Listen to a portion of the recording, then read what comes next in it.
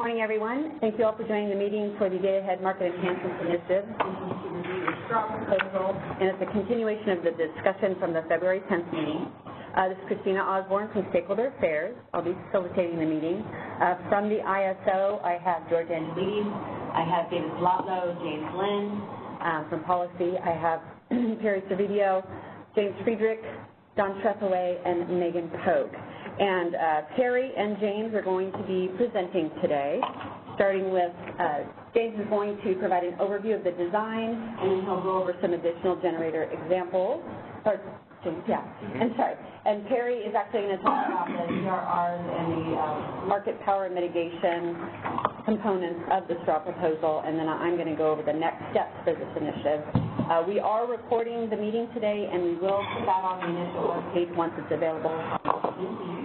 And the presentation is out there as well. We posted this on Monday, so hopefully we'll do it before the call today. So what we'll do is we'll go through the presentation and we'll pause for questions. If you have a question, you can raise your hand by pressing #2, and please identify yourself first. So with that, I'll turn it over to James. Thank you. Okay, so a quick game plan. Got 2 slides related to just a quick recap of the DAME design. Then stakeholders requested some additional examples that sort of better highlight and better explain how the energy and the reliability energy LMPs are formed.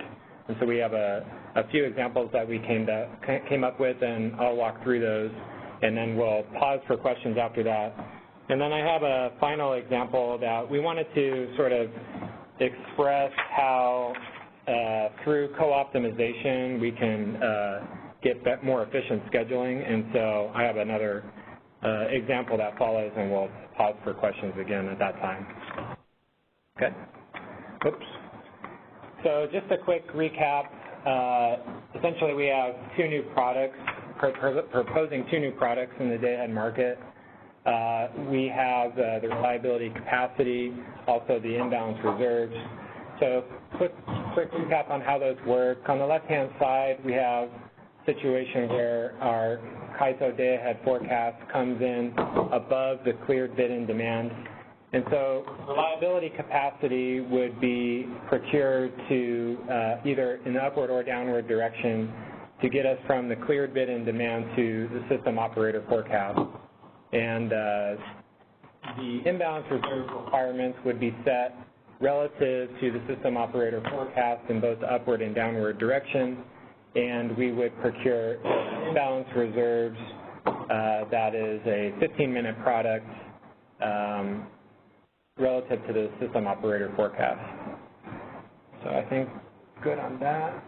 So what we have here is that we're going to have essentially two energy schedules. One is the day-ahead energy schedules for physical and virtual resources that are cleared based on bid and demand, and that results in a day-ahead energy LMP and settlement, of which we'll talk about in the generator examples to follow.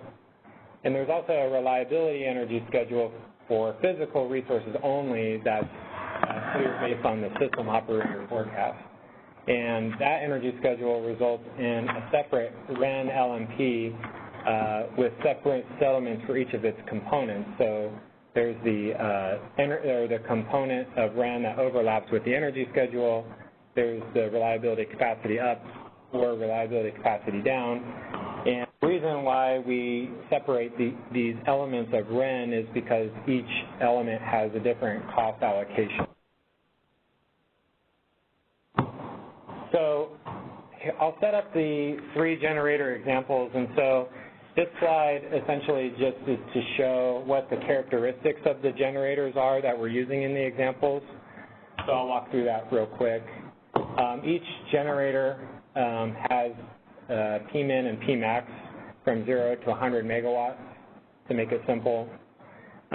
Each generator also has a ramp rate of 2 megawatts per minute, and the only reason why that's important is because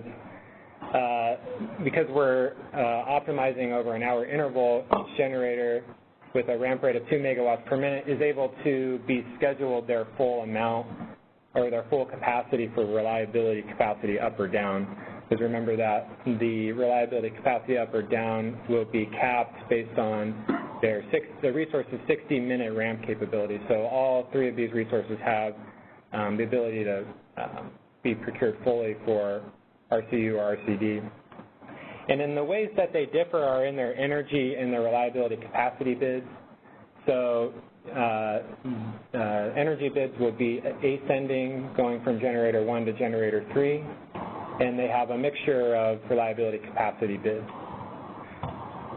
Some other things to note, so all the examples and the LMPs that I'm going to give are based on a solver that we published, I believe, last May to stakeholders. And essentially, you could use that solver to plug in your own examples if you wanted to. And in this case, we've sort of simplified the examples because we're not looking at, say, imbalanced reserves, which the solver also incorporates. We're only looking at reliability capacity. But if you're interested in messing around with some of your own examples, the solver is a good place to look. Also, that all of these examples are single node, so we're not considering congestion or losses in this LMP. It's only sort of the marginal energy price.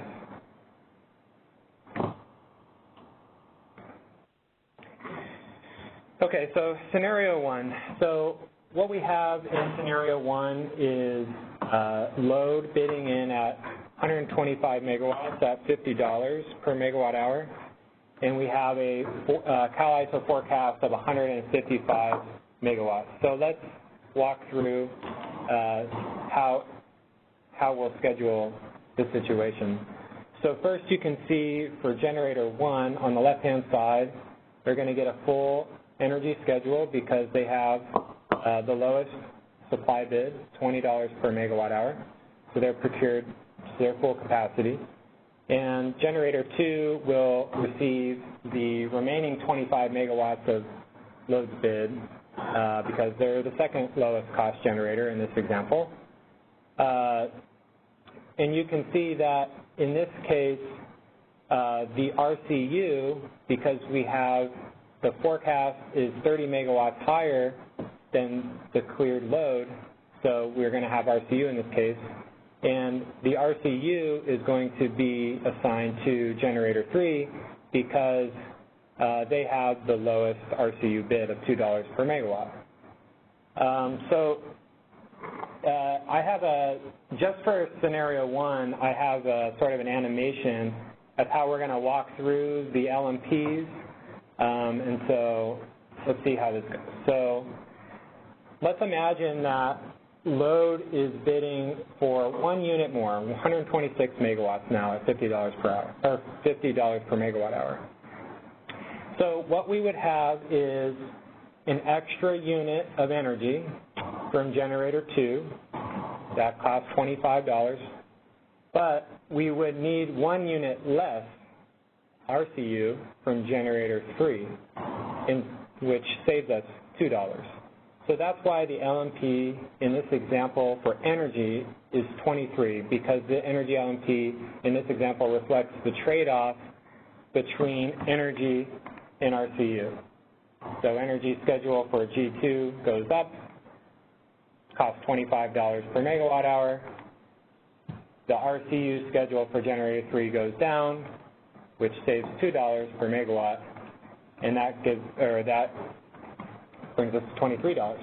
Now, for the REN LMP, that's simply reflecting just the marginal cost, in this case, of providing RCU.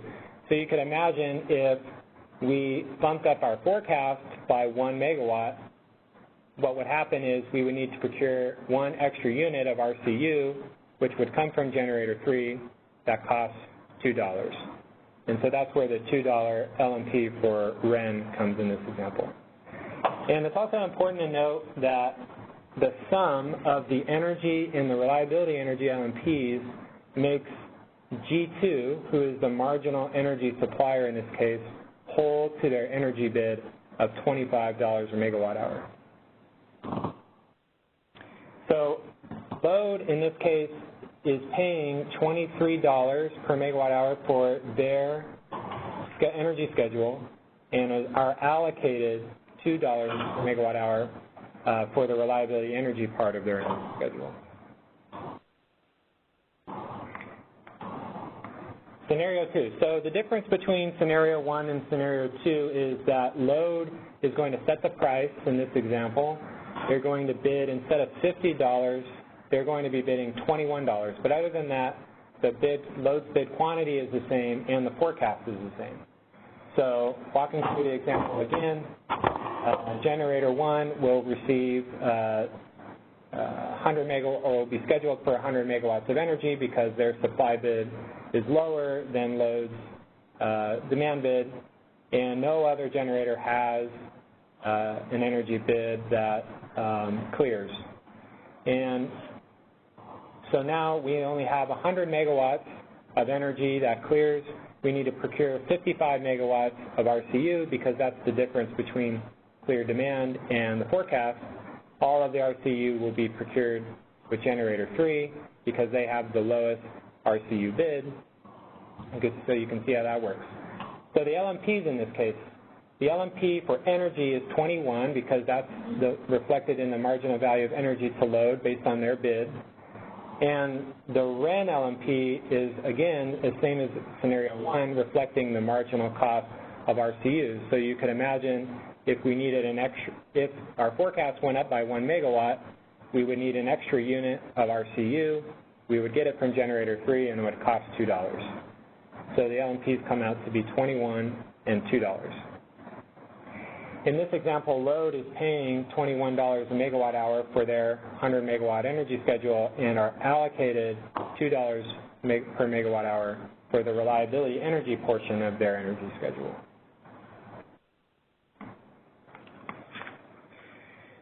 So scenario 3 and 4, we're going to have reliability capacity down in these examples.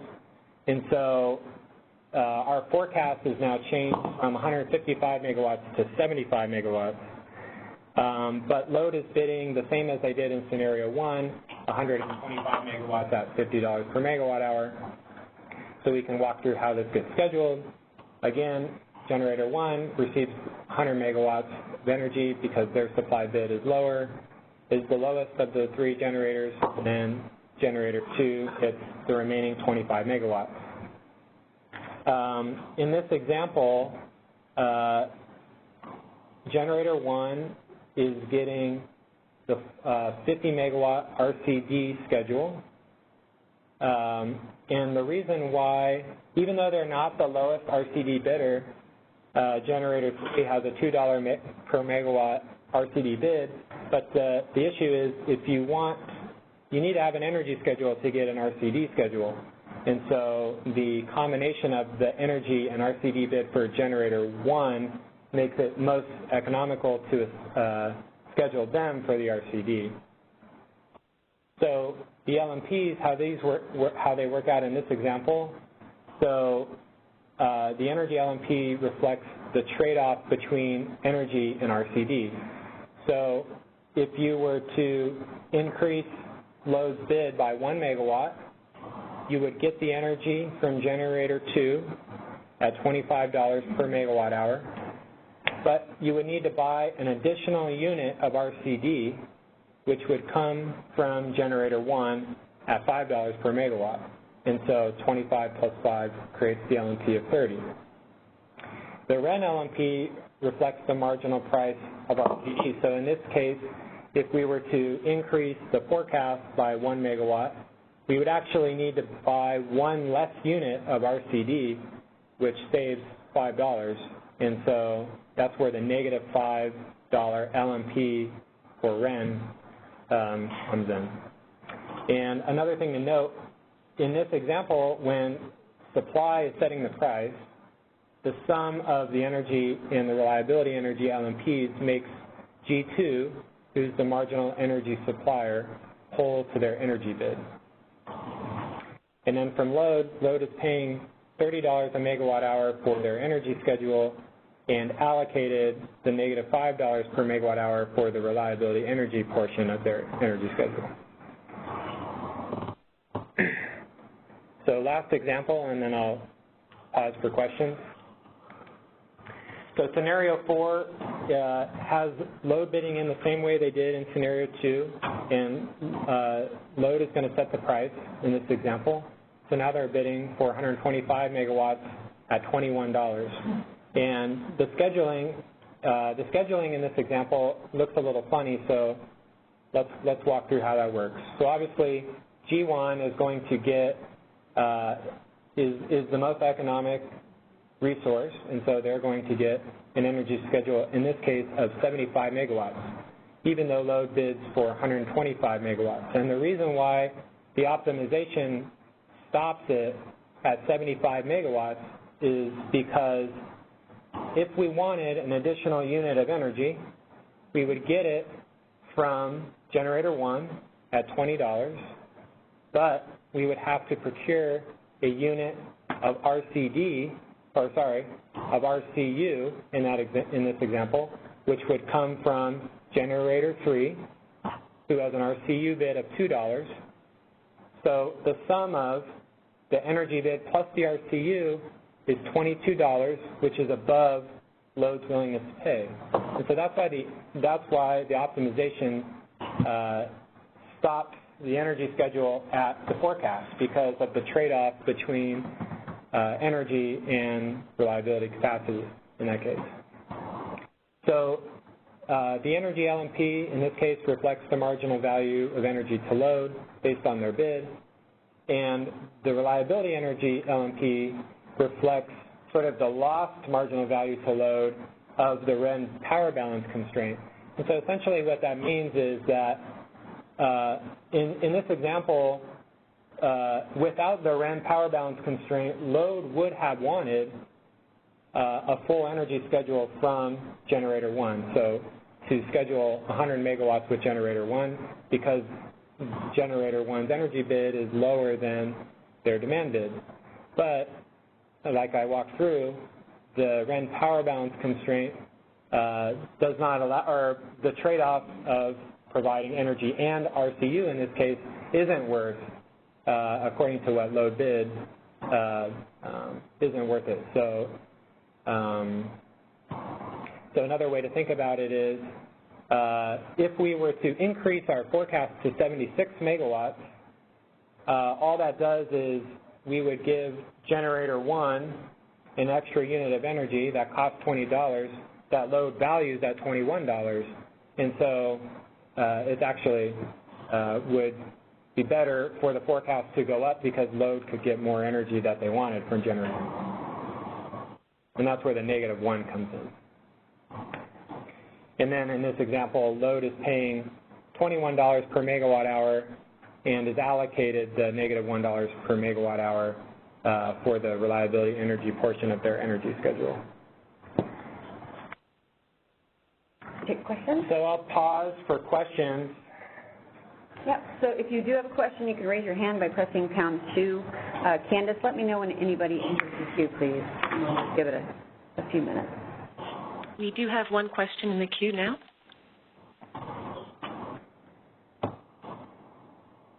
I'm sorry, that's 2 questions. Okay. Your line is unmuted. Please go ahead. Hey, this is Mike Castellano, CPUC Energy Division. So this example you guys are going over right here on page 10, you know, as a economist by training, this would qualify for every definition I've ever understood of an inefficient market, where somebody wants to buy something, but you won't let them because of some constraint that is being put in there administratively. And it just later on when you say you guys are doing things more efficiently, you're using there's so many assumptions in there to say that you're doing anything efficiently. I just want you guys to realize that and, you know, admit it and sort of acknowledge it publicly, that this is sort of seems to represent kind of an unprecedented interference in the market by the ISO? May I please? Mike, this is George Angelidis from the ISO. Hi. Okay, there are two things that you said. First, you said something about a constraint imposed administratively. I disagree to that. This is the ISO's proposal for the day-ahead market enhancements, which has two targets, and the second target is meeting the demand forecast. There's nothing administrative about that. It's part of the basic design that we propose. It's not a constraint that we make up. It's part of the design. There's nothing administrative about it. Now, regarding the efficiency of the outcome, let me finish. The optimal solution here minimizes the overall cost of balancing all the bids, and the fact that you may have a load here in this example, but in general, any commodity with a bid that is willing to buy more, that doesn't mean that the optimal solution will award it, because as James explained in this example, serving 1 extra megawatt of load, it actually costs the solution overall. So you may have the benefit of $21 for serving the extra megawatt of load, but you have additional cost that is tilting the optimal solution not to do it. So it's actually the efficient outcome. Okay, George, just stop right there, please. You're talking about the optimal solution of a math problem, and you're correct on that. But the math problem that you have laid out does not represent an efficient economic outcome. This is not an efficient market solution that you're getting there. You can't talk about the optimal math problem or the optimal solution to the math problem and just assert that that's an efficient economic outcome. It is not. The way this is being designed, willingness to pay and willingness to accept compensation are not being represented in the market. You're taking something from outside the market participants, from the entity that administers the market, therefore an administrative constraint that is not based on anybody's, preferences that participates in the market, imposing that in the market and preventing transactions.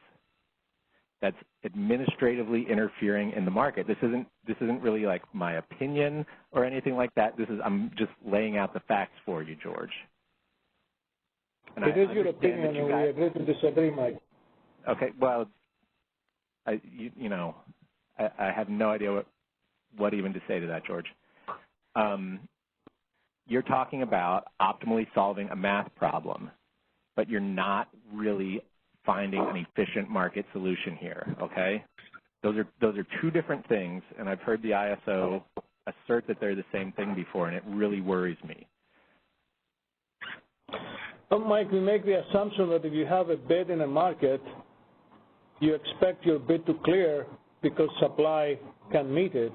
But here it's a multi-constraint optimization problem. That doesn't mean that your bid will clear. You're minimizing the overall cost.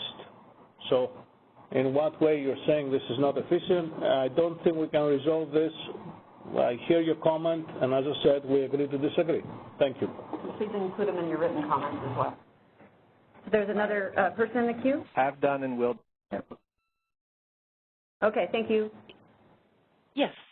Caller, your line is unmuted. Please go ahead. Hi, this is Carrie Bentley and Callie Wells for WPTF. So first, we just want to say we thought this was a great presentation. We thought it was really helpful in illustrating how the LNP and the REN would be set. So we just really appreciate the CAISO putting together such a comprehensive and clear presentation. It's a little tricky. I just want to say generally, it sounds like there are two beliefs, and one is that you believe markets work, and that it's the CAISO's job to allow suppliers and load to freely transact, and that the CAISO should just kind of get out of the way of that. Like, your optimization is designed to allow suppliers and load to freely transact, and I think that's all Mike is trying to say. And so when he says that's a fact, I think for a lot of economists, the idea that markets work is a fact. But I also appreciate, George, your point that you're saying maybe we should believe that load is wrong and that the CAISO can determine a better target for the optimization. And I just want to say, WPTF believes markets work. We think that there are some additional hurdles to make this design work, and we think that's illustrated in this presentation. That said, if the CAISO wants to go forward in a different direction, we want to make the best market design possible, so we'll still engage. And so given that, we have some more technical questions on this. So Callie? Hi, this is Callie Wells. So a couple questions, I guess. One, I'll start with a more detailed question.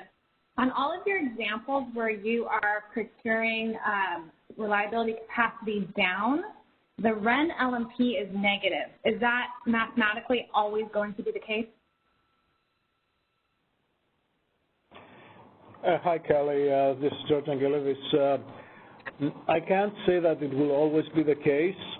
It is an expectation when you have the bidding load clearing above the demand forecast that there is a cost to meet the demand forecast by procuring downward capacity, which means that you have to unwind some of the energy schedule. So the expectation is that in this case you may have a negative LMP to reflect that, because as you know, in the power balance constraint for the reliability energy schedule, on the supply side, on the physical supply side, you have the day-ahead energy schedule plus reliability capacity up minus reliability capacity down. So that negative sign for reliability capacity down suggests that your marginal price will be negative when you need that product.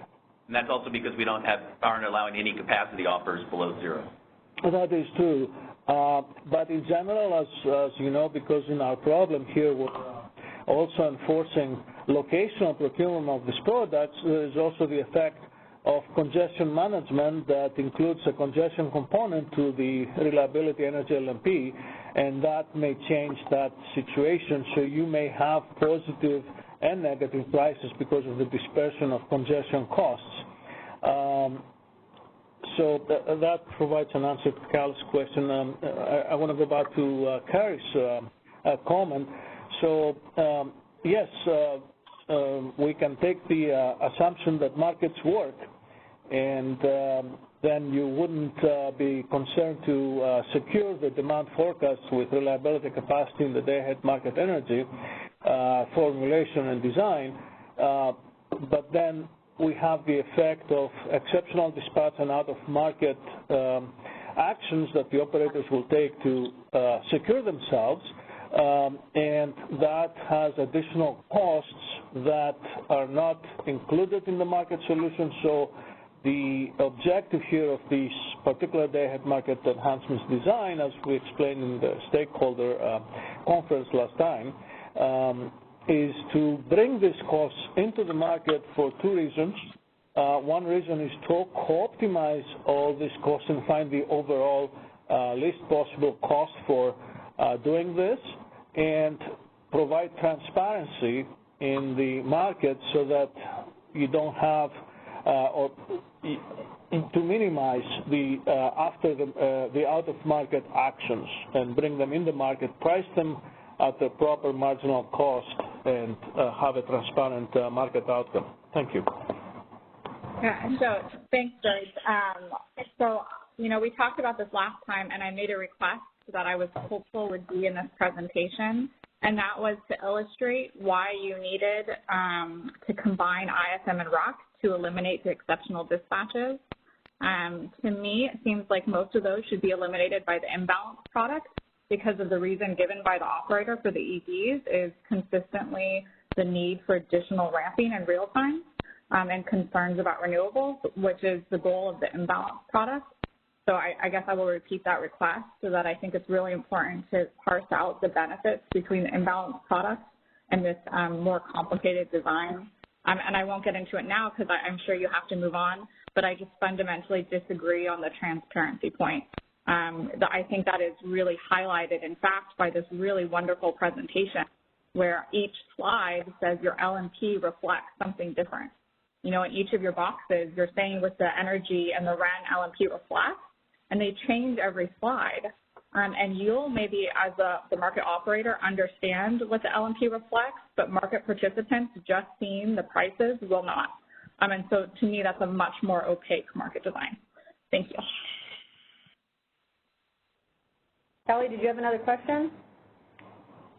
Yeah, actually, sorry. One other follow-up question, but I think Carrie's last point kind of hit on it. Is going back to scenario one, I was trying to reconcile kind of how the LMP, the energy LMP, in scenario one aligns with kind of your first point on slide 4. So to me, if you're having bid and demand clear against bid and supply, resulting in a day-ahead energy LMP, that energy LMP should reflect the marginal cost of energy of that marginal unit or the load. And so in the scenario one, and this is kind of that box Carrie was referring to, it says the energy LMP now reflects this trade-off between these two products. So I'm just having a hard time reconciling how your guys' market design does in fact still have the energy LMP reflecting that energy schedule clearing against bid and demand. This is James.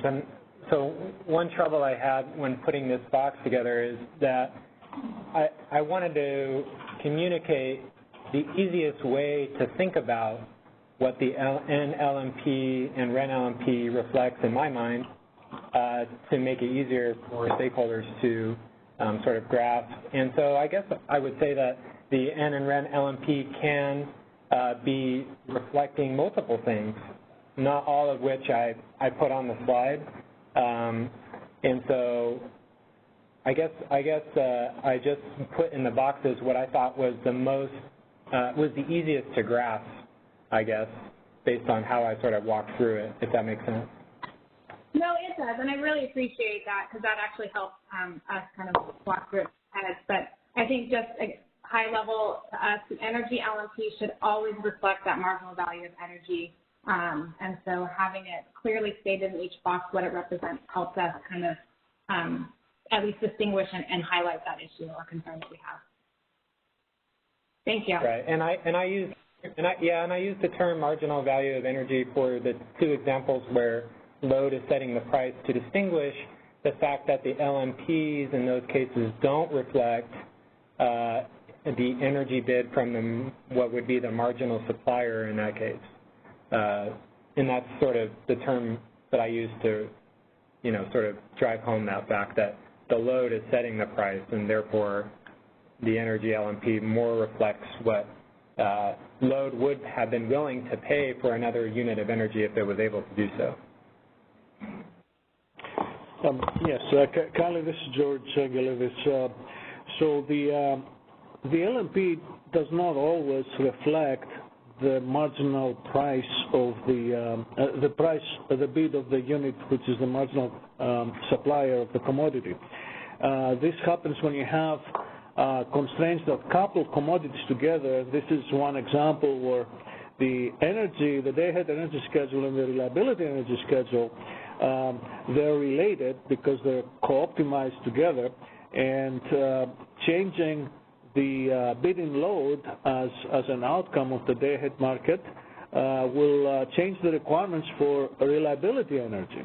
And there is a coupling effect there, so that's why when we produce the locational marginal price out of an outcome like that, you have what's reflected in the locational marginal price is the marginal cost for the system for that particular change, like serving the next increment of demand. So it's not only an energy cost, but it also takes into account the fact that you also have to procure some reliability capacity up or reliability capacity down, depending on the situation, and that has an additional cost. So therefore, the LMP reflects the marginal cost for the system of making that change. So you can see this here in this example. Yeah, we understand. Right. We were just highlighting the difference between the existing system marginal energy cost, which, as Callie says, represents that marginal supply bid, compared to this new paradigm. But we understand what you're saying, and we appreciate the explanation. Yeah, and Carrie, this is not really a new element in our market. we have seen these interactions between energy and capacity products before. They're present there in the real-time market because the flexible ramping product links the energy prices across the binding and the advisory intervals, as you know. So you have similar examples that can be made and explained, and we have done that, where we saw that a marginal supplier gets an energy LNP in the binding interval that is not matching its bid, but along with the capacity payment for its flexible ramp award, then its bid is made whole. So you have a similar situation there as well. So we're going to agree to disagree on this one, and I don't want to take up the time to explain why we're agreeing to disagree, but I'll just say the flexible ramping product is still based on bids, not an additional equation that reflects administrative restraint. So I appreciate what you're saying, but from a market view, this is very new. But I appreciate what you're saying about the math and it's not being the pure in that single interval, always reflecting a bid for energy in that interval. Thank you. We'll go to the next question, Candace. Your line is unmuted. Hi, this is Doug Bochignone from Flynn Resource Consultants. Thank you for these slides. These examples are really helpful. Is it your expectation that the reliability capacity bids would be based on the generator's expectation of the opportunity cost of not producing the energy? Is that the idea? So similar to ancillary services? No, we would anticipate that that is the cost of being available for real-time dispatch. And then any opportunity costs by procuring one product versus the other would be reflected in its LMP, or in its price, similar to how ancillary services does today. So you wouldn't need to reflect for the ancillary services it'll get reflected in those bids, not this reliability capacity bid. Can you ask that question again?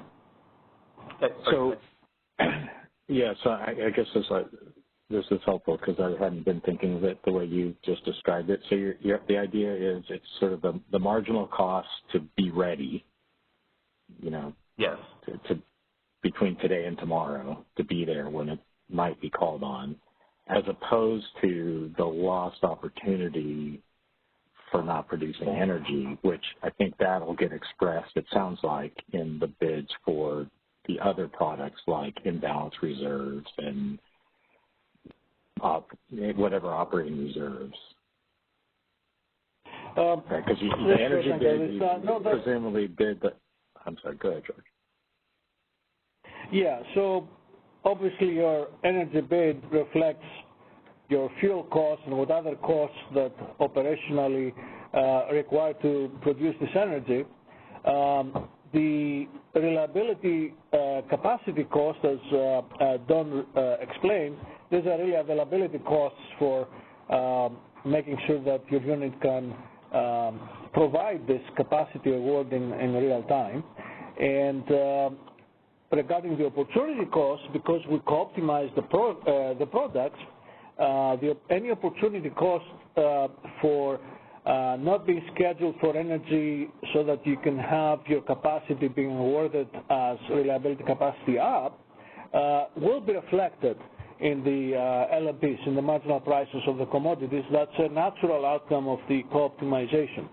So if you want to ask what drives the reliability energy LMP, there are really two things. First of all is the availability cost of the marginal supplier, if there is such a thing, because as I mentioned earlier, we have the effect of congestion and losses there. But if you neglect that fact, then there is a marginal supplier for that capacity, and there's an availability cost for that.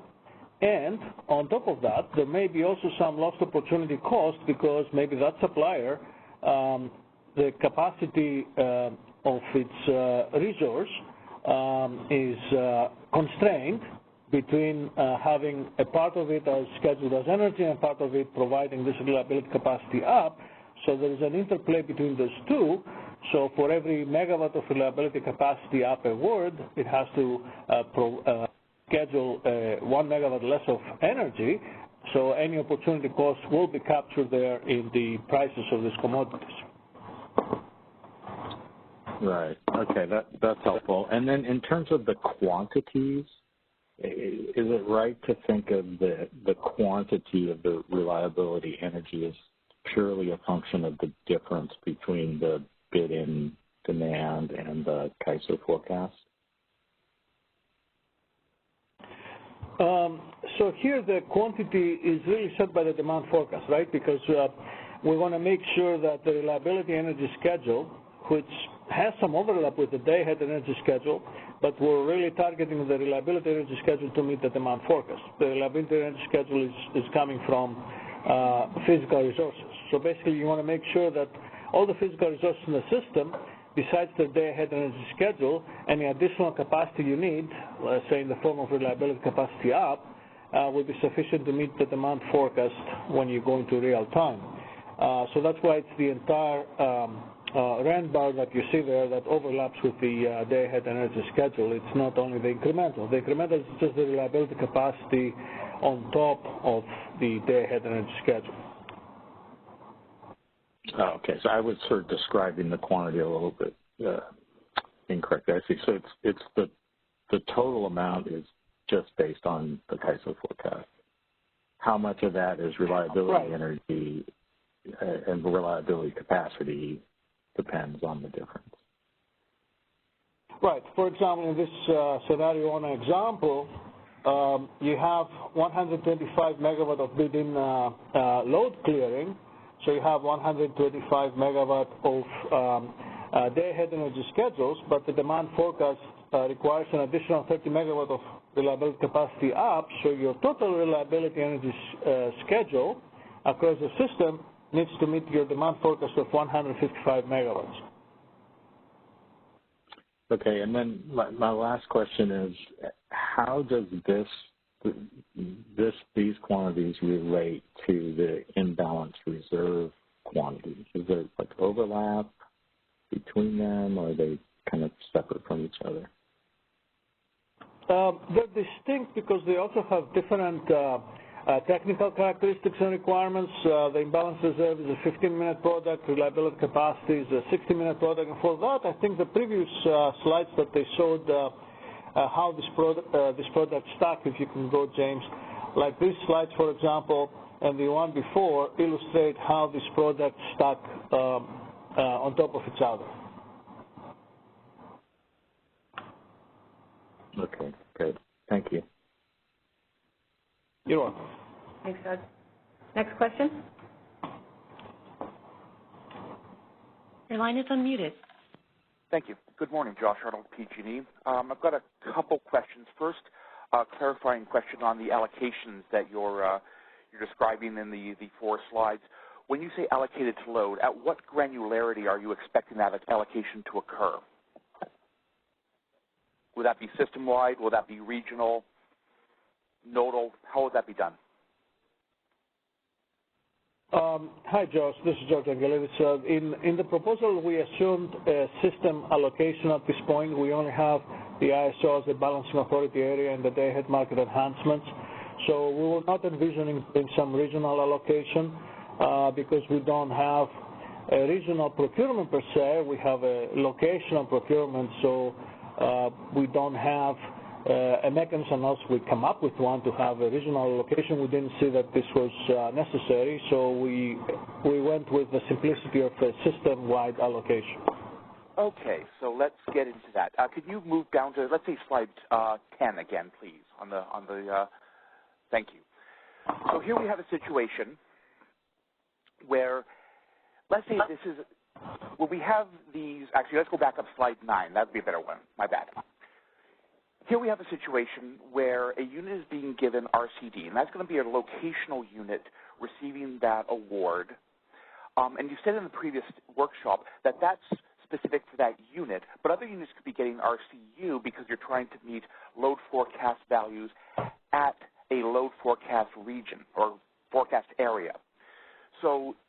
we have an RCD in Northern California. There's Path 26 binding north to south. So you want RCD to bring stuff down because you have too much going on up there. And you have RCU then in Southern California. Both of these are going to be binding. Both of these are going to have financial impacts. How does that affect the LMPs? Because now you have both directions going on. And why would a load that maybe should be getting money back in this negative $5 allocation in Northern California, why would they be then maybe paying for the Southern California, load forecast processes when they have nothing to do with that? Just why you say they have nothing to do with that? We're balancing the entire system. Everything has to do with everything. I mean, the fact that you have a load, right? Yeah, hey, Josh, I think it's important that when we're looking at the cost allocation, we're going to decompose the reliability energy into its three components. So you're going to have the system-wide requirement allocated to the energy schedule portion, and then you have the RCU and RCD separately allocated using the two-tiered approach similar to RUC today. Okay, the thing with RUC today is, first off, is it doesn't interact with the energy price. That's the first big thing. That's correct. And I'll get to that in one of my later points. The second thing, however, is that these are locational prices, and you're trying to meet a demand forecast. You're not meeting a CAISO demand forecast. You're meeting multiple forecasts. And this, I'm trying to base this off of my notes and memory from the workshop. You're trying to meet multiple forecasts within the CAISO territory. So there's a NP26 load forecast. There may be a Fresno forecast. There may be a San Diego forecast. And my recollection, I could very well be misremembering things, but you're going to try to be getting that granularity of forecast resolution, which is why you can have RCU on one unit and RCD on another in completely different parts of the state in order to meet, to get that. Is that not what you were proposing? No. Josh, we do produce a demand forecast for each load forecast zone, which is used to give us the demand forecast for the control area with the proper distribution or with an accurate distribution of the demand forecast to the appropriate load forecast zone. So we do it for we do the granular load forecast to get a good distribution, an accurate distribution of the demand forecast, but we really balance the control area as a whole.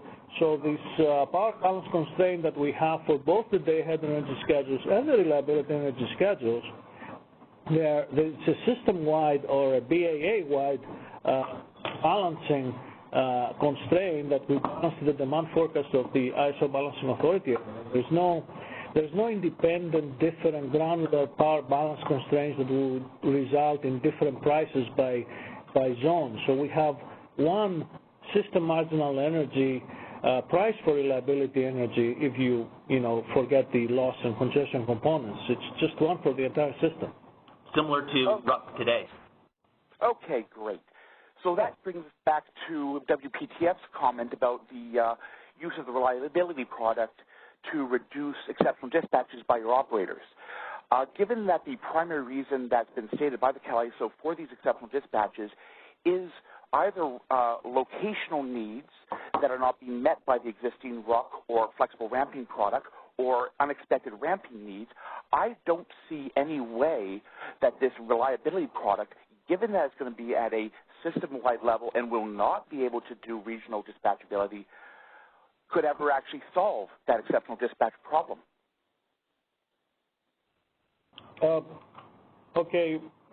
We need to understand why you are arguing to that effect, because today the exceptional dispatch is required because A, we don't have the product of imbalance reserve, and also, this proposal here will make sure that you have all these capacity products procured with some guarantee that they will be deliverable in real time because of the transmission constraints we formulate for each one of them. So in your example where there's north to south congestion on path 15, as you mentioned, if we need reliability capacity down, the most likely and reasonable location to procure that will be in the south region, which is the constrained region, where resources are already scheduled up for energy purposes, and therefore they have ample capacity to ramp down if we need to reduce physical schedules to meet lower demand forecast that where the bidding load has scheduled. And because of the model of the congestion across Path 15 in the procurement of the product, we will present the operators with a solution where the reliability capacity down is procured at the right location, which here is the south part of the system, so that they're comfortable that they can move these units down without violating the north to south Path 15 constraints. So there is greater, let's say, confidence for the operators that this day-ahead market enhancement solution is more pragmatic and real and reflects more accurately conditions that may develop in real time. So yes, we do expect that the volume of the exceptional dispatch that operators will have to do will be reduced. Well, George, let's go to the first sentence you said in that. The reason for the exceptional dispatches is because you don't have imbalance reserves. And here's the thing, I'm not going to argue with that because I think that's correct. But reliability energy is not an imbalance reserve. Reliability energy is what we interrupt now. So John, I'm talking about what we do also. So that's what I'm saying. I'm looking at this REN, this reliability reserve up and down, reliability capacity up and down. This is not IRU, IRD, specifically reliability capacity. You're saying that you're going to procure this on a system-wide basis, similar to RUC, which means, okay, there might be some locational benefit, but not necessarily. It's going to depend much more heavily on, you know, just the bids when it comes down to it. So you're taking a system today that, let's since you're a math guy, George, I'm going to put some numbers to this. In 2019, the CAISO day-ahead market procured 98.8% of the overall load, 215 million megawatt hours. Okay? That's coming from your Oasis reports. Pretty good source. You purchased another 6 million megawatt hours of RUC. Okay? Not bad.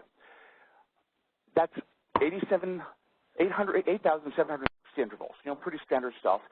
Of those intervals, only 3% or so had a 0 megawatt RUC value. So that means on a whole for the system, you're always buying up with a very small percentage of time where you would actually want to use an RCD. The actual real-time delta, though, when we look at metered load within the state, and I'm only talking about load, not net load, metered load is only 2.6 million megawatt hours going through the real-time market. The rest is mainly net load for VERS and other stuff, and that's really a ramping and availability issue which would fall under IRD, IRU, which becomes flex ramp to meet uncertainty and VER forecast error. So I'm looking at this. You're proposing to add, by my estimate, $2.5 to $3 billion in costs to an existing system because of those 217 million megawatt hours of load, and you're not getting any benefit that I can see for RCU and RCD. Now, imbalance reserve, hey, that's a whole different story. I think imbalance reserve has a significant potential benefit. But when I look at this reliability, and going back to WPTF's comment earlier, I don't know, first off, that this will improve reliability. IRU, IRD, yes. RCU, RCD, no, I don't see it, not according to the math that we've seen so far.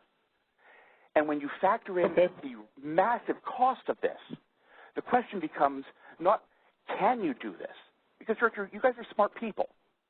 You can put together, the math is actually pretty decent. But it's not if you can do it.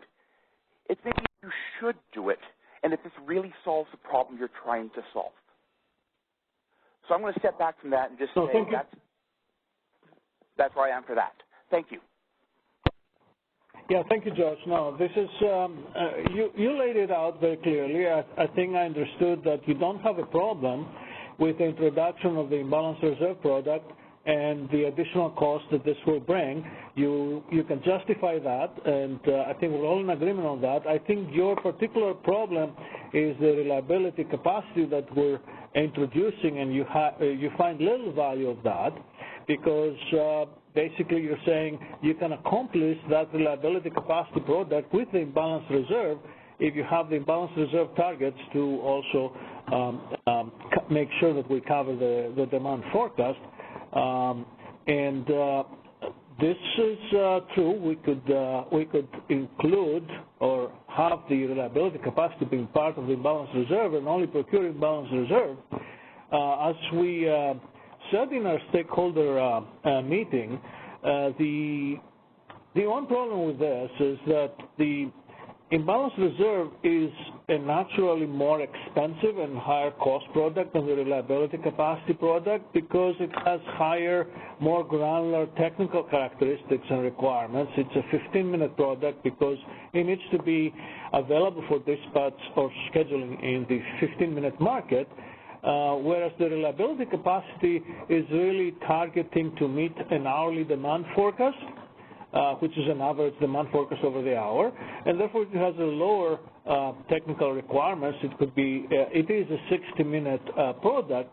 So yes, we introduce complexity here by separating the capacity products in that fashion, but we believe overall you have a lower cost procurement for the products because one piece of the target is met with a lower cost product like the reliability capacity, and we leave the remainder, which is for the uncertainty on a 15-minute basis, to cover it with the more expected costly product of the reliability of the imbalance reserve. And if in your comments you can specify that example that you mentioned, and your statement is to the fact that, I understand that, you have a more lower cost procurement by introducing those two products, but maybe it's not worth the trouble. Please tell us that. We're open to examine other possibilities, and no one is to say that we cannot do it with an imbalance reserve product alone, and we can even split that to two imbalance reserve products, a 60-minute product and a 15-minute product. I mean, there are alternatives there. We want to work with you. We want to have the best possible design for the day-ahead market energy, day-ahead market enhancements that will address, all your concerns. So we're open to suggestions. And Brad Cooper, I'd add, you're correct that this will add cost to the Cal isolate market, but it's likely that wouldn't result in higher overall costs to load, considering the broader market, including the bilateral RA market. What generators, when generators are formulating when they're asking for an RA payments, they presumably take their energy market revenues and subtract those from the overall cost to operate a resource, and the difference is what they need in an RA capacity contract. So if they're getting these additional revenues out of our market, reflecting the capacity value, presumably in a competitive RA market, they would ask less for RA payments. Well, let me just speak to that point real quickly. I don't think the RA market as a long-term basis is as competitive as you think it is. A lot of the RA in the system right now in California is already under long-term contract, and there's no requirement for those counterparties to reopen negotiations at all. So we look at how many megawatt hours are already under contract, and it's quite a bit. We already have contracts ourselves, Edison, San Diego, all these LSCs have contracts with those units already. So to say that a competitive RA market, that's a bit of a stretch of the imagination under the current methodology, because you can't go month to month, year to year, and purchase large chunks of RA from generators, with some exceptions of stuff that's not already contracted. I mean, that's kind of the point of RA. It's a long-term revenue stream to justify the construction and compensation for these generators and to provide long-term capacity. So to say that it's going to change that process really isn't quite right. Now when we talk about the optimization, again, it's back to the math. When you're trying to solve for the lowest individual cost, you're not taking into account, I don't think, the magnitude of the secondary impacts.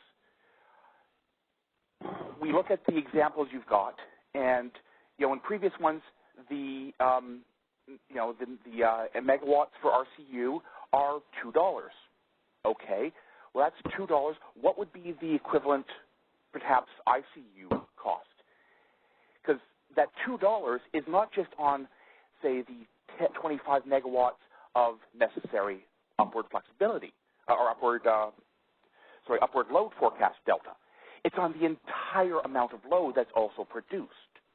So you're not just, going back to 2019 numbers, the RUC total procurement was 6 million megawatts. You're not just putting $2 on that 6 million megawatts. You're putting $2 on 6 million plus 217 million. So you're putting this is Mark Roth there. I think, Josh, I think what you're confusing things a little bit is that the $2, yes, you're paying $2 of the energy cost through that capacity component, but you're not, I guess I disagree that you're increasing the cost of the full volume by $2. Yes, you are. If you go back up to one slide, please. Go back up one slide. So on this one, load pays $21 per megawatt hour for energy and is allocated $2 per megawatt hour for energy schedule. This is for RCU, based on the $2 marginal cost of RCU in column 3. So you're paying $21, which is in line with your bid. I bid for 125 at 21. Great. But now I have to pay an additional $2 as allocation. I pay that as a load. It's right there on your slide.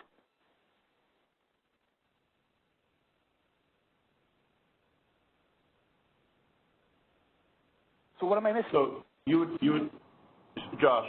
So you would have no problem if the RCU was just the incremental volume of 60-minute capacity, and it didn't link to the volume of the energy capacity to the cleared load. Is that correct? The problem with that is, based on the co-optimization formulas you have, you can't do that. I'm asking you if the formulation was different and that you only bid or you only priced the incremental quantity and the REN, the common volume of REN was not settled this way or didn't price the energy out this way. You'd be okay? Well, it would be a heck of a lot better. I mean, we're talking at that point, maybe at that point we're in tens of millions of dollars of incremental, not billions. Josh, I'm asking the question because you said you disagree with RCU. You disagree with RCU, and I'm trying to get whether you disagree with RCU because the way it's linked to the volume of the REN, or you disagree with RCU incrementally as a fundamental question. It's the interaction back to energy. Okay, thank you. Yes. Because right now, RCU, RCD, that's RUC. I have no problem with RUC. Heck, I like it.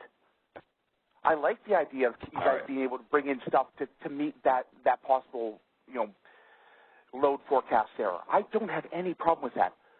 But when we look at this and the formulas we have, I don't see a way to not link them when they're co-optimized. I don't. Maybe George can. He's smarter than me on that stuff. So I'm going to step away. Let's go on to other people. But thank you very much. Great. Thank you. Okay, we'll go to the next question, please. We have 5 minutes. Okay. Your line is unmuted, caller. Please go ahead. Hi, good morning. It's Jeff Spires with PowerX. We've gone a long way into this conversation, and I think discussing the details and going through examples is very valuable. But I just wanted to take it back a level to some of the discussion that was raised earlier in the call, just around efficiency and markets and sort of the overall objective, just to say that from our perspective, we really agree with what George was initially describing in terms of this overall proposal having the potential to really lead to the most efficient market solution and one that ensures reliability for the CAISO BA. I think in previous workshops, we've seen a significant data that really emphasizes that the CAISO needs to have sufficient physical resources to meet reliability, and that's not only energy, it's also sufficient total capacity as well as flexibility. And I think that the data also clearly shows that the existing market does not achieve that outcome. And in particularly, it doesn't result in enough physical resources being available from a capacity perspective or from a flexibility perspective. And we really see that the evidence is clear that there are really significant and frequent out-of-market actions that are intended to achieve both, either through RUC, net short, through exceptional dispatch, load biasing, or some combination of those. All of those are really getting at out-of-market actions that are intended to allow the CAISO to have the right physical resources to meet its reliability needs. And so I think from our perspective, what this proposal really is doing is leading to a marketplace that co-optimizes and efficiently procures all of those different needs that the CAISO has. And by doing that in a co-optimized way, then that allows the right resources to be selected and leads to the lowest production cost. And I think we need to make sure that when we're talking about is this efficient or not, we need to be considering, is it the lowest production cost? And I think in today's world, when you're taking sequential out-of-market actions, that is clearly inefficient. The market is dispatching for energy first without any regard for the remaining capacity and flexibility needs, and doing it that way does not result in the right allocation of products across all the resources.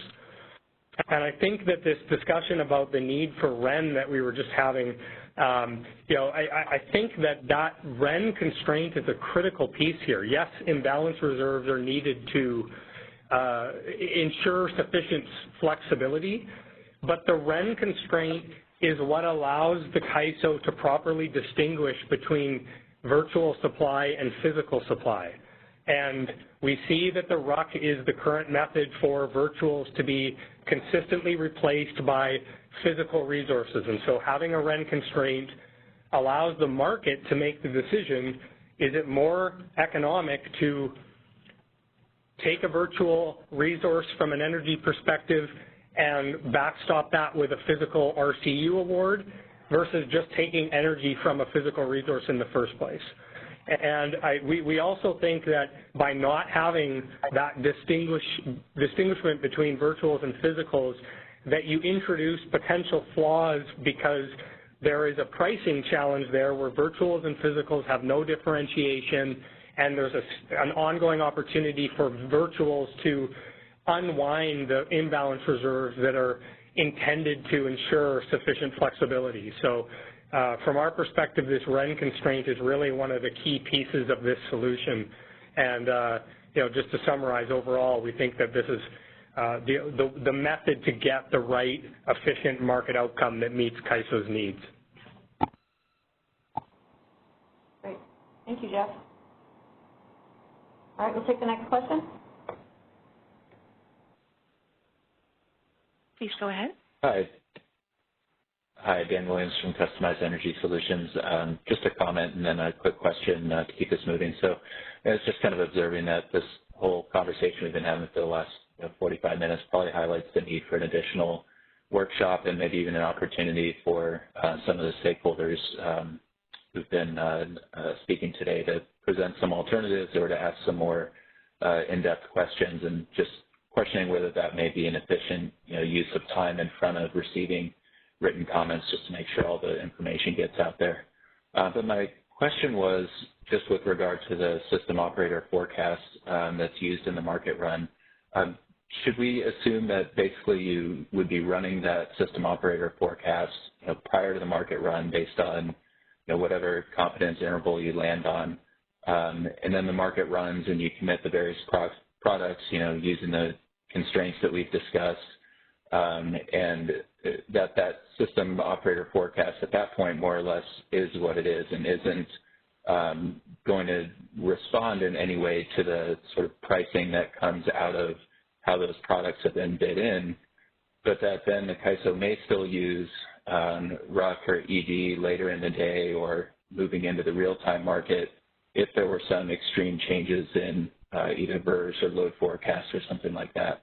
So just trying to get a feel for, kind of when the system operator forecast gets locked in, and then what happens if at some point later the system operators feel like that forecast was inadequate.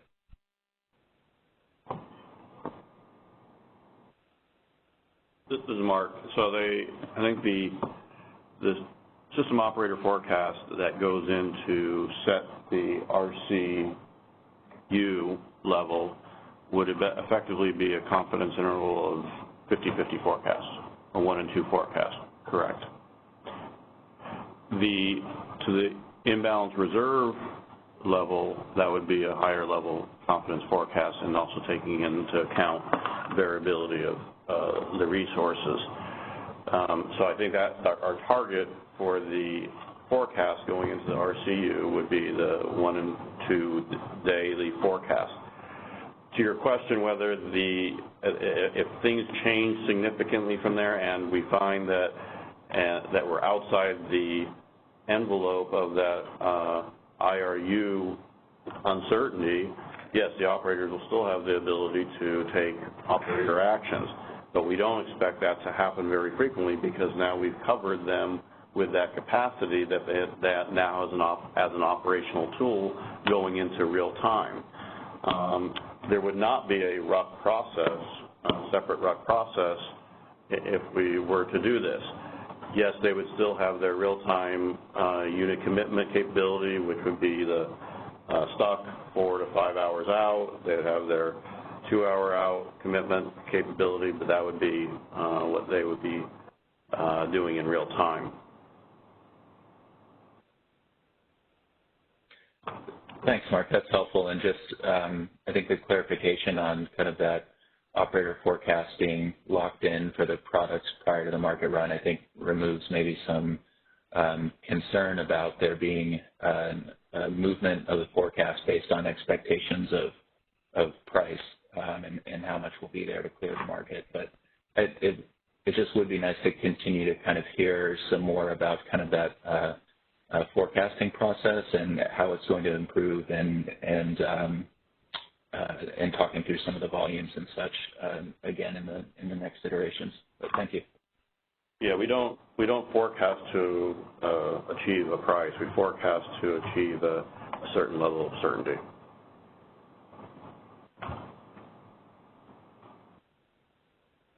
Okay, we'll go to the next caller. Your line is unmuted. Please go ahead. Hi, this is Ellen Kenner in the Beauty Forum. I had some questions on settlements, but I'll take them offline. But I did want to go back to one of the very first conversations that was had and make sure I understand the argument, because if I look at, I think the argument was that if the price, let's see, if we go to slide 10, where load was willing to buy 125 megawatts at $21, the price is below $21, but only 75 is purchased. If load had bought the whole 125, the cost would be over their $21 because there's all these other, there's a whole bunch of charges that get assessed to load that are not part of the energy charge. So I don't think the argument is right that it's that an uneconomic decision is being made if only 75 is purchased, because there's a whole bunch of other costs that you never know how much they're going to be until after the fact. So you can't just say just because somebody was willing to pay a certain amount that if the market was less than that, we should go do that. If that in turn is going to cause extra costs on the system, that then he's back on the person making the decision. So I didn't know if I understood the argument right, but is that the argument that if there's 125 megawatts that want to buy 21, we're only buying 20, therefore, I mean, we're only buying 75, therefore there's 50 megawatts that should have been purchased because people were willing to pay less than there was, well, actually 25 megawatts, there's only 25 available, but that extra 25 should have been purchased at 20 because there was more people willing to pay 20, even though the system didn't need it.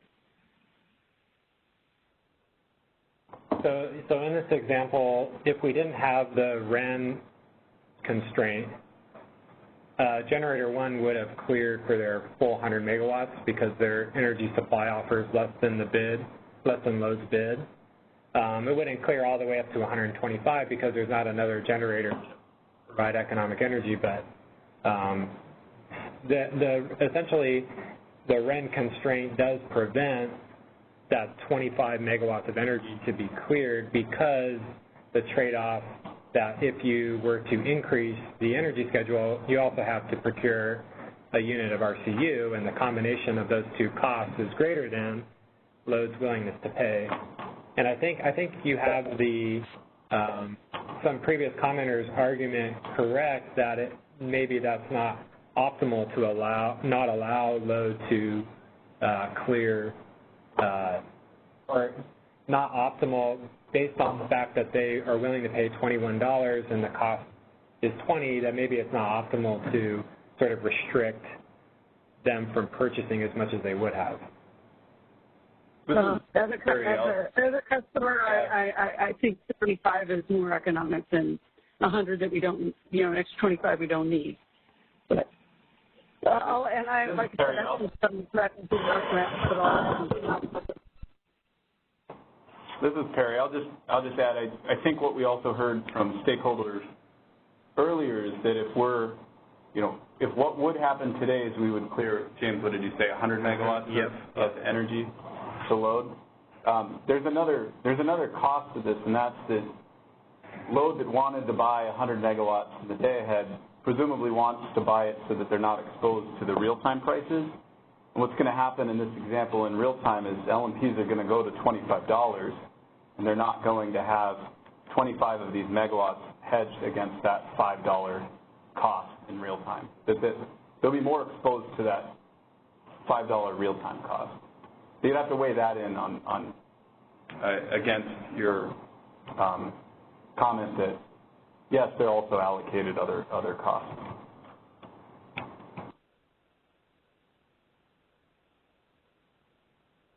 Do you have anything else? That was, if load was right and load was really going to be 100 megawatts, then they'd be exposed to real-time prices for the additional 25 megawatts. Right, but the way the system works is that the ISO thinks the load's only going to be 75, then, the system works to the ISO schedule, so that's what, that costs are incurred if that's, sorry.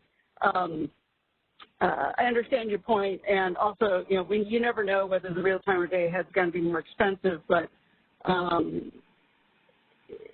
if somebody in that instance, if the ISO thought that the load was 75 and the load thought it was 125 and the load was going to be close to 75, then if people overbought, then they'd be exposed to the real-time market on the overpurchase.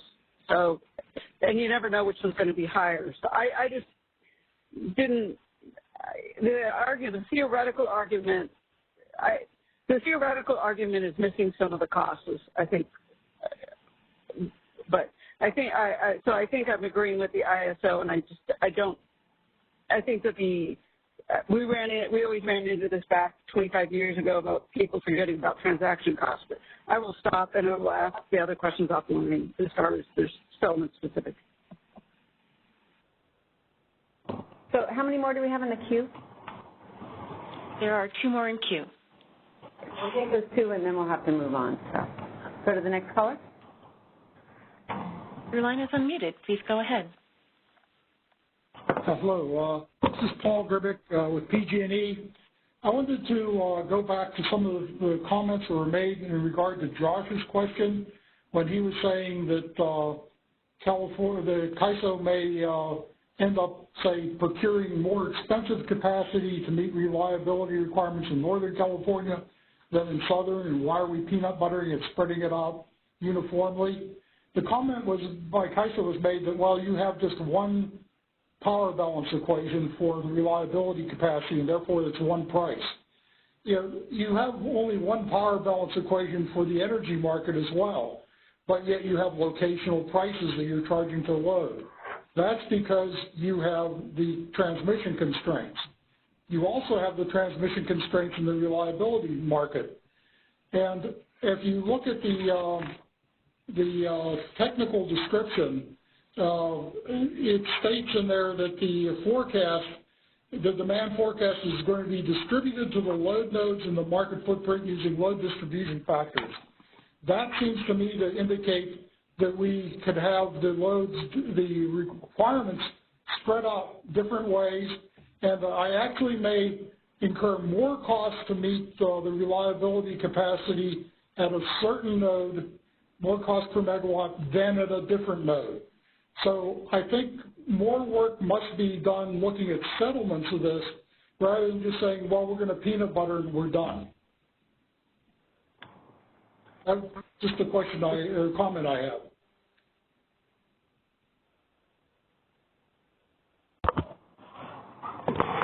Thanks, Paul.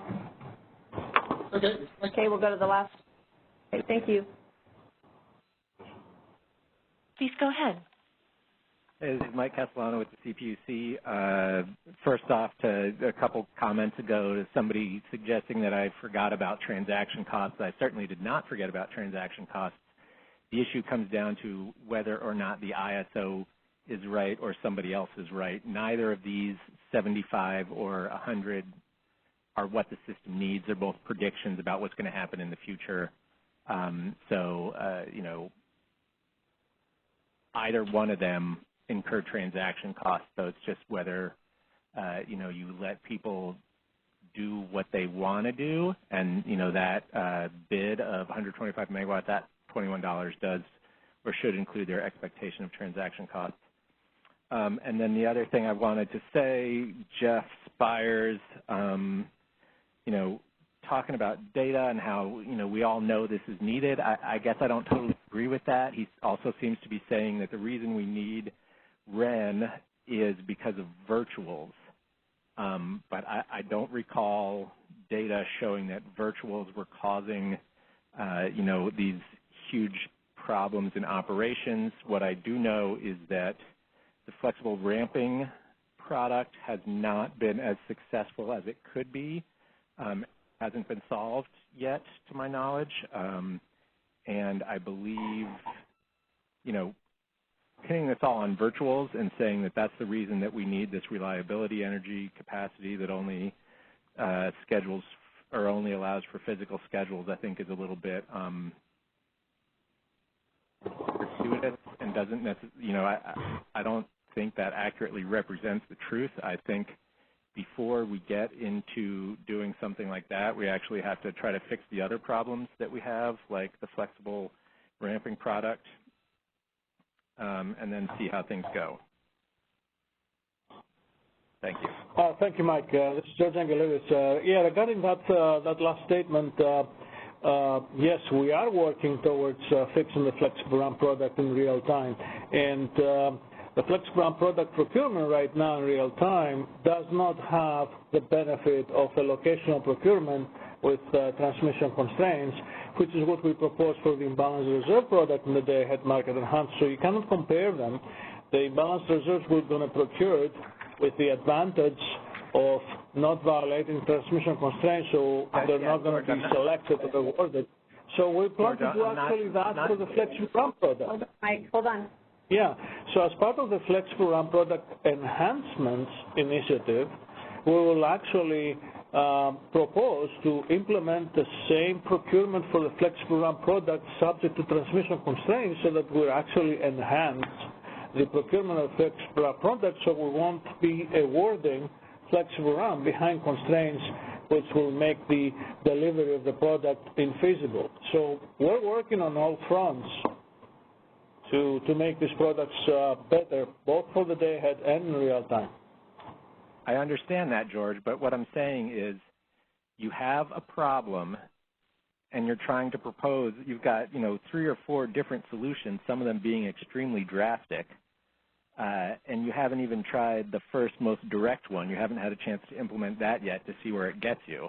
And I think, designing this drastic solution that forces the ISO's opinions about forecast into a major pricing situation that, as far as I can tell, one of your market participants is highly supportive of, it seems like you should do some of the other things first and see where that gets you so that you can actually have definitive data saying that, yes, it's the fact that virtuals are bidding into the day-ahead market that creates this problem, and so we have to solve it by only procuring physical capacity for this reliability energy.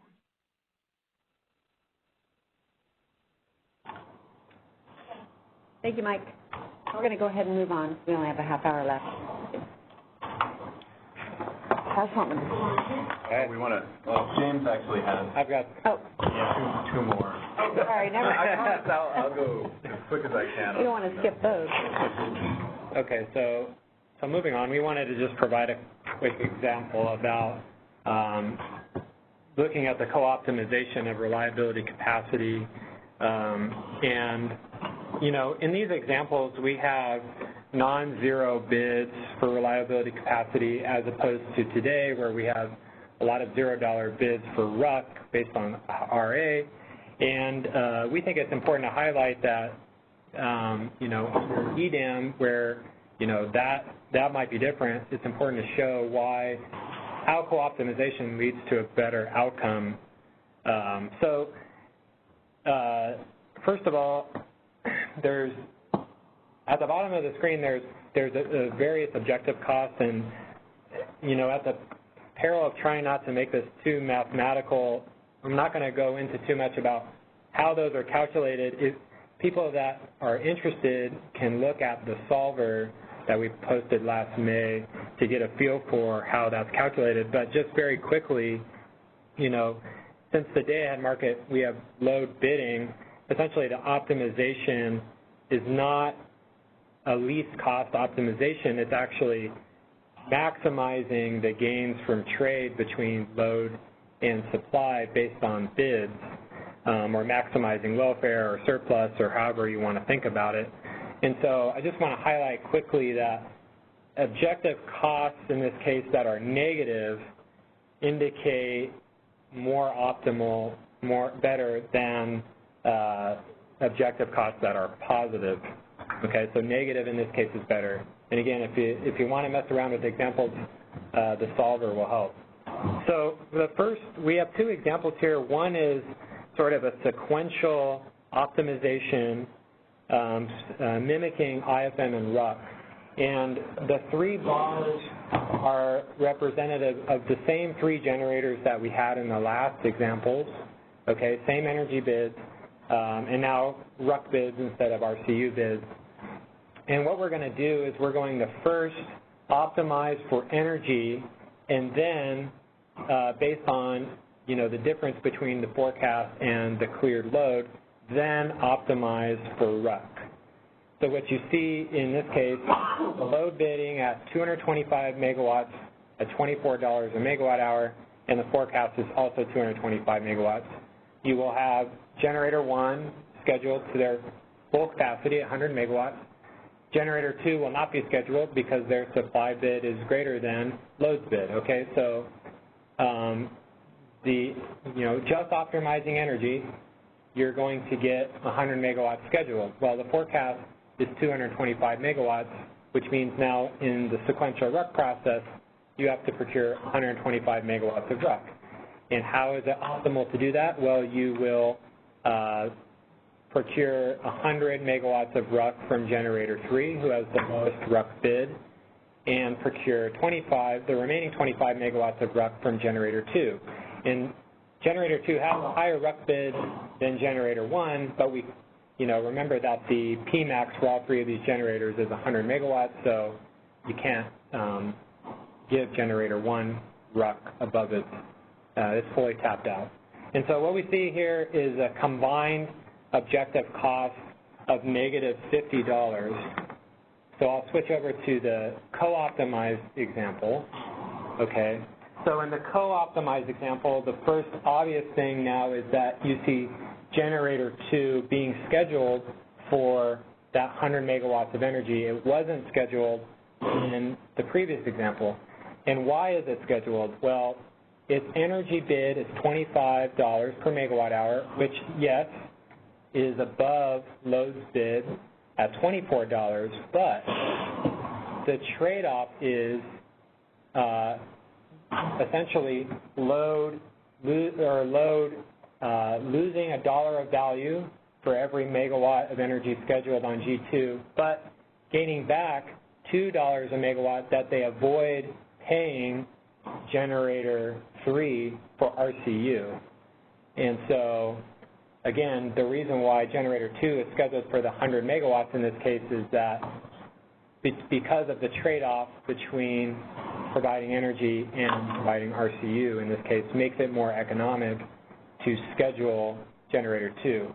And so in this example, the objective cost is negative $250. So what that tells us is, based on this example, the optimization has essentially created $200 of additional surplus or gains from trade between load and supply by co-optimizing the solution.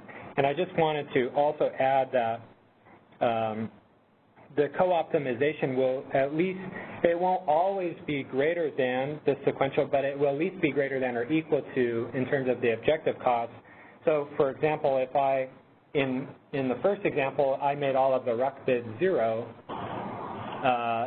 and all of the RCU bids in this example 0, well, they're going to optimize the same way, and the objective cost is going to be the same. So with $0 bids, it would be at least equal to the same efficient solution as doing it sequentially. I think what we'll do, let's go ahead and just finish all the slides, and then we'll open up the Q&A at the end. So jot down, if you have any questions, jot them down, and we'll try to cover them at the end. Okay, so we're going to skip that question slide. Thanks, James. So as James discussed earlier, in this proposal, we're adding REN schedules, which will cause transmission constraints to bind, creating congestion on the system. Today, CRRs, with a source and sink from A to B, are paid congestion associated with their energy schedules on constraints between location A and B. And what we're proposing is to also pay those CRRs the congestion associated with the energy portion of the reliability energy schedules between A and B.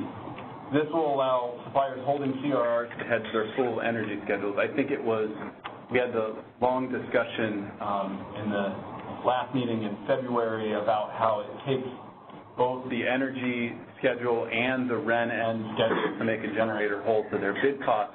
This says, look, for purposes of CRRs, they should get paid the congestion for the energy portion of the REN schedule. That's the portion that overlaps their actual energy schedule.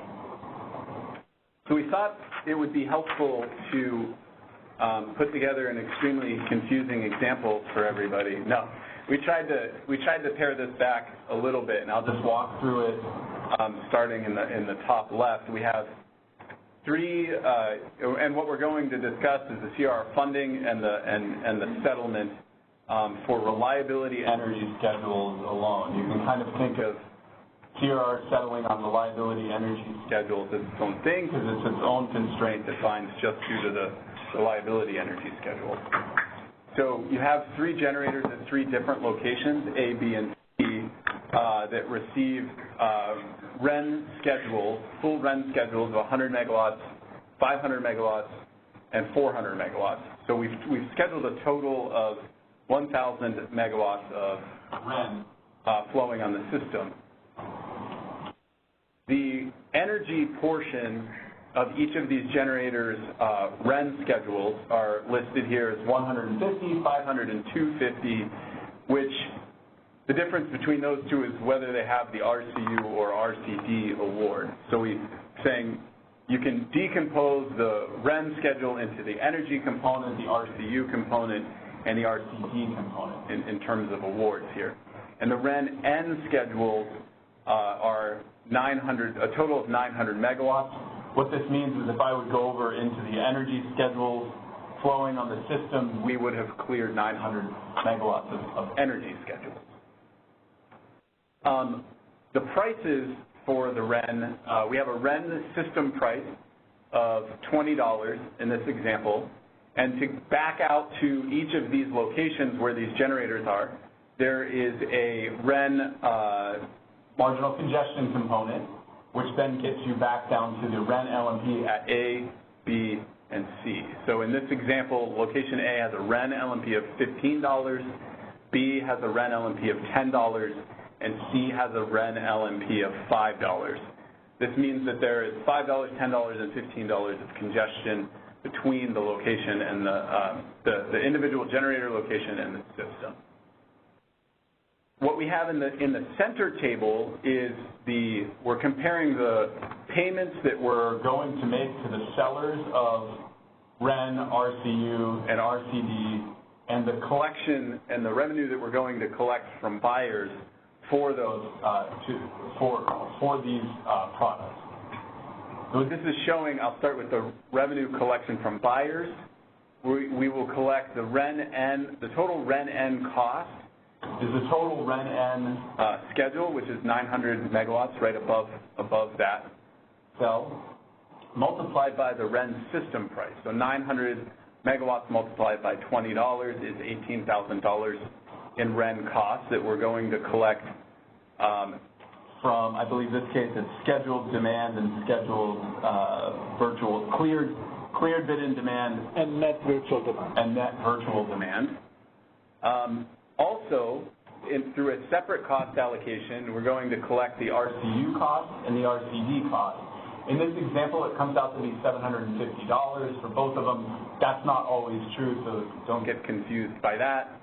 But the $750 cost will be through a multi-tiered allocation, as well as the RCD cost through some multi-tiered allocation. Just 2 tiers. The 2-tiered allocation that George described in the technical appendix. So these are 3 different buckets of money that we collect from buyers. The payments to the sellers, so the supplier, generator A will get paid its energy REN N schedule multiplied by the REN LMP. It gets paid its RCU multiplied by the REN LMP, and it gets paid its RCD multiplied by the REN LMP. So what this shows is that we're collecting $18,000 from the buyers, and we're paying out $8,500 to the sellers of these products. This leaves congestion revenue of $9,500 in this example. And then we show that if you have these CRRs from these various locations to load of the same quantities that they need to hedge, which is equal to their energy schedule of 900 megawatts, you pay them the sourcing difference, and they get their CRR payments. That allocates out the $9,500 in congestion revenues to these 3 CRRs, generators holding these 3 CRRs. So I'll stop there. I anticipate we'll have a question on the numbers in this spreadsheet. Okay, Candace, so we'll go ahead and take the question in the queue. Your line is unmuted. Please go ahead. Hi, Perry. This is Callie Wells with WCCF. Couple questions on the CRR. So actually, I guess my first question is not specific to the CRR, but it's highlighted here. Your REN system price, that $20 in your first table, is that kind of, can we think of that as a new SMEC?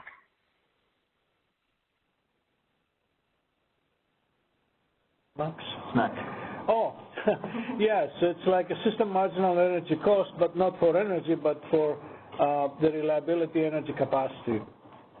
Yes, it's equivalent to that. It's basically the shadow, well, let me explain technical too. It's the shadow price of your reliability energy power balance constraint. Nope, that makes sense. I just wanted to make sure I understood that with the proposal, you'll end up with two essentially SMECs, and they will differ. Right, and because we traditionally pick up the demand, the distributed demand, as the reference, this is actually here the price, the actually locational marginal price for the load, and that's why you see in the bottom part of the example that the marginal congestion component at the load, at the reference, is 0. So the LMP there is $20. Okay, thank you. Now, on to my, I guess, CRR-specific questions. So I have two main questions. One is, so can you basically have a CRR from point A to point B, and it'll, and sometimes have two different values, one based on the congestion components in the energy LMP, and one based on the congestion components in the REN LMP? Yeah. So if constraints on the system, under this proposal, constraints on the system are going to bind either on energy schedules or on these REN schedules. I think it's probably unlikely that they bind on both, like only one of the constraints. It's possible. We can't preclude that. You can actually have the same transmission constraint be binding on both, for both day-ahead energy schedule flows and reliability energy schedule flows, because the distribution is different, right? So for the energy schedules, you're meeting bidding load, and for the reliability energy schedules, you're meeting demand, and the demand forecast distributes differently than the bidding load, because the bidding load is a specific load resource with its own distribution factors, et cetera, et cetera. So it's possible. Yeah, so let me, and I'm getting to answer your question here. Just to make it simple to think about, you could have one monitored element with a contingency that's binding either on energy schedules or on the REN schedules, and if it's binding on energy schedules, it's binding at a different shadow cost than if it's binding on REN schedules. What this slide is conveying is that for purposes of the constraints that bind you to REN schedules, this is how the CRR will be paid on those constraints. Okay. The CRRs will continue to collect the revenue associated with the energy schedule, constraints binding due to energy schedules as well. Right. Okay. So when you're going, as a market participant, when you go into the CRR auction, do you specify, do you specify if you're getting a CRR for the energy REN, or is it assumed both? I'm just trying to figure out, from a participation standpoint, how one would value a CRR in the auction, knowing that in the end it could have two different values. So there is no specification of what CRR you want. The CRR is one instrument that will give you a congestion hedge from location A to location B under any possible transmission congestion that will be binding either for day-ahead energy flows, reliability energy flows, imbalance reserve up deployment, or imbalance reserve down deployment. So all of these are transmission constraints that may be binding in each particular case, so you don't have to be concerned about which is binding and what's its cost. Once you value your CRR as the total congestion exposure that you may have from A to B, that will be the targeted notional value for the CRR payment. Right. So it's, I think put another way, if I'm a generator at A that wants to hedge an energy schedule somewhere and my REN and my potential REN price difference, I'm going to take when I bid into the auction, I'll be taking both of those exposures into account when I bid for this, here 150 megawatts of, said generator A, right? 150 megawatts of energy that I need a CRR for. Okay, I'll have to think through that one a little bit more. I guess my initial reaction is that it would be hard to value because the I guess, REN marginal congestion component is going to have largely to do with, I guess, the difference between where load clears and what the ISO forecast comes in at, just because of the relationship between those two constraints. But let me think through that one a little bit more. My other CRR question is, have you guys thought through how to model this new constraint in the CRR model?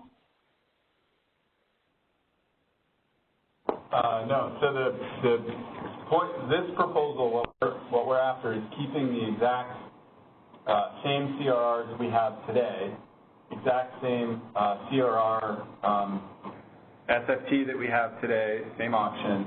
It's just tackling how we have this now $9,500 that we need to pay out to CRR, so it's tackling how we're going to pay this out to those CRRs cleared in the auction. So I guess in short, we don't plan to put the REN constraints or the REN flows into the auction model. Well, let's take a stab at this. So essentially, in the CRR network and the CRR simultaneous feasibility test, all that you're looking for is a feasible set of what I would call CRR flow from sources to sinks. So the CRR flow is the element that determines your CRR megawatt award. And then in the day-ahead market, you have 4 different kinds of flows. You have day-ahead energy flow, reliability energy flow, imbalance reserve up and down deployment flow. And whatever congestion may come up because of the 4 sets of transmission constraints that will come along with these flows, your CRR flow will compare to that, and if, we're still applying the CRR1B methodology, so if we collect enough funds on the megawatt flow in the day-ahead market under any of those 4 scenarios, the CRR notional value for the CRR flow will be paid out on one at each instance of these 4 flows. So basically, your CRR megawatts that you get in the auction will give you a congestion hedge for 4 different possibilities of congestion exposure to the 4 different transmission constraints in the day-ahead market. Okay. Yeah, I guess I can kind of see that with the notional value, but that's my other question. And I'll stop with the questions. I think maybe in the next iteration what would be really useful is to take this through with an example and even take it so far as to the shortfall allocation that might come out of it and kind of the impacts it could have on that. Okay, thanks. I have the note. All right, thanks. Okay, thank you. I know we have 2 others in the queue, but we really do need to keep going because we do have a hard stop at noon. So to let Perry finish up, and if we have time for questions, we'll go ahead and open it up. All right. We were proposing to extend our local market power mitigation to the reliability, capacity, and imbalance reserve bids. So like the proposal says, suppliers are going to provide offers for these capacity products in the day-ahead market. So to the extent that they're providing offers, they may try to exercise market power through those bids. So what we have here is that we can evaluate constraints binding due to RCU, RCD, IRU, IRD. We can evaluate those constraints the same way we evaluate for energy schedules. So we'd like to expand our dynamic competitive path assessment to evaluate constraints binding to those various products. And in the same way we do for energy, then we would need to develop default bids that would represent the capacity availability costs. This would be default bids that we would mitigate the RCU, RCD, IRU, IRD bids too in the event that we see that they could be used to exercise market power on various local constraints. Go ahead and go to the next step and then we'll question. Yeah, I'll just quickly go through the next steps. So this graphic depicts our stakeholder process. We are very in the early stages. We're in the straw proposal phase, you can see here. We did extend the comment deadline for the straw proposal, and that's for all topics in the straw proposal. That's been extended to March 26th. So those are going to be, if you can, we did put out a comments template. We ask that you use that template when submitting your comments. I'll tell you where in a second.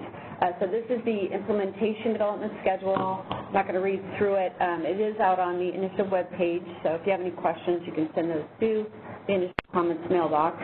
But again, we'll look forward to receiving your comments on March 26th. You can submit those to initiativecomments@CAISO.com. And if you have any follow-up questions to the call today, you can also send those to that same mailbox. But we do have a few minutes for some questions, so we'll go ahead and open up the phone. Your line is unmuted. Please go ahead. This is Mike Castellano from the CPUC. I have so many questions about so many things right now. I'm really not happy that this is being cut short like this. I think you guys should schedule another meeting like this. But the first one is, if we go back to the last CRR slide, I think it was, how is the system price 20 when all the individual prices are significantly lower? Yeah, Mike, this can be explained by the fact that I mentioned earlier we traditionally selected demand, the distributed demand as the reference. And the assumption in this example, which is not far-fetched, of course, is that generator locations are remotely located to the load, so there is a congestion cost to transfer the energy from the generator location to the load. So that's why you see a negative marginal congestion component for the generator REN LMP. I'll have to think about that some more. So then the other question I have is, if you've got this, I mean, you guys are kind of creating this, right? Because you're allocating out $18,000 of costs to load instead of allocating out $8,500 of costs to load, right? Yes, that was this is the crux of the proposal, right? We could simply, allocate $8,500, which is the payments to sellers, without collecting any congestion revenue, but then we wouldn't be able to fund any additional value for the CRRs to cover congestion exposure to those 3 additional transmission constraints that may be binding. So it is the crux of the proposal that says, well, if we want to maintain the concept of CRR being a hedge instrument for congestion with reducing additional congestion costs in the day-ahead market enhancements, then we need to do something about it, and this is the proposal of how we will collect and fund this additional value for the CRRs.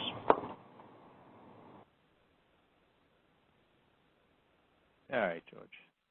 And then the MPM, you guys basically, I mean, Oh, sorry, I mean, I don't even know what to ask. So you're going to have a separate DCPA, or how is that going to work? So the DCPA is a concept that tests a transmission constraint that is binding in the MPM pass of the day-ahead market, and determines whether it's competitive or not. And this constraint can be a constraint on the day-ahead energy flow, or a constraint on the reliability energy flow, or a constraint on the balance reserve up and down deployment flow. So it's not really different. Yeah, you do it for every constraint that is binding. Same concept. Okay, but so for a given constraint that you have in the energy market now, you're also going to run you're going to calculate an RSI for that constraint based on the REN schedules that will be separate from the energy schedule RSI, right? Yeah, you essentially calculate a resource, a residual, how you call it, you calculate an RSI for each binding constraint, it doesn't matter where it's coming from. Okay. But yeah, you're right. And then will you have to mitigate, so say, have you thought about whether you have to mitigate on both, you know, if the REN is binding and non-competitive, but the energy is binding and competitive, and you mitigate the REN bid, do you have to mitigate the other bid? No, I think at this point we're gravitating to the outcome to be specific for the constraint that we're mitigating. So if it's a day-ahead energy flow that causes congestion and it's uncompetitive, we'll mitigate the energy bid. If it is an imbalance reserve up deployment flow that results in a binding constraint that is uncompetitive, we'll mitigate the balance reserve up bid, capacity bid, and so to speak. I got to think about that a lot because I have a feeling there's probably a lot of loopholes in there, but thanks. Well, we would appreciate you thinking about it. I mean, this slide is meant to elicit that kind of those comments and that thinking from the stakeholders. So I think George described our current thinking is that we could use this just to mitigate the capacity bid when it's binding due to the capacity deployment, if you will.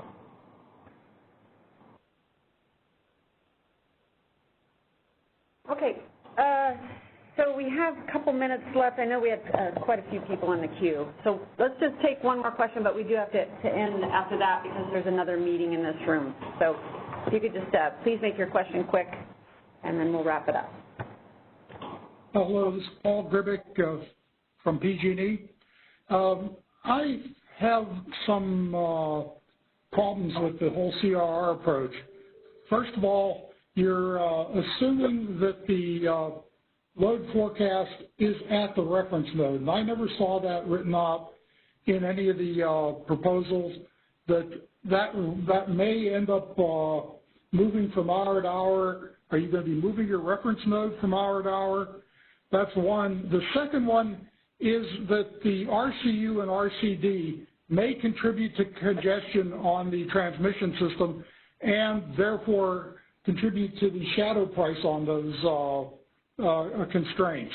Here you are not, you're telling people that they have the right to the congestion rents from that, but you're not collecting it from the RCU and RCD.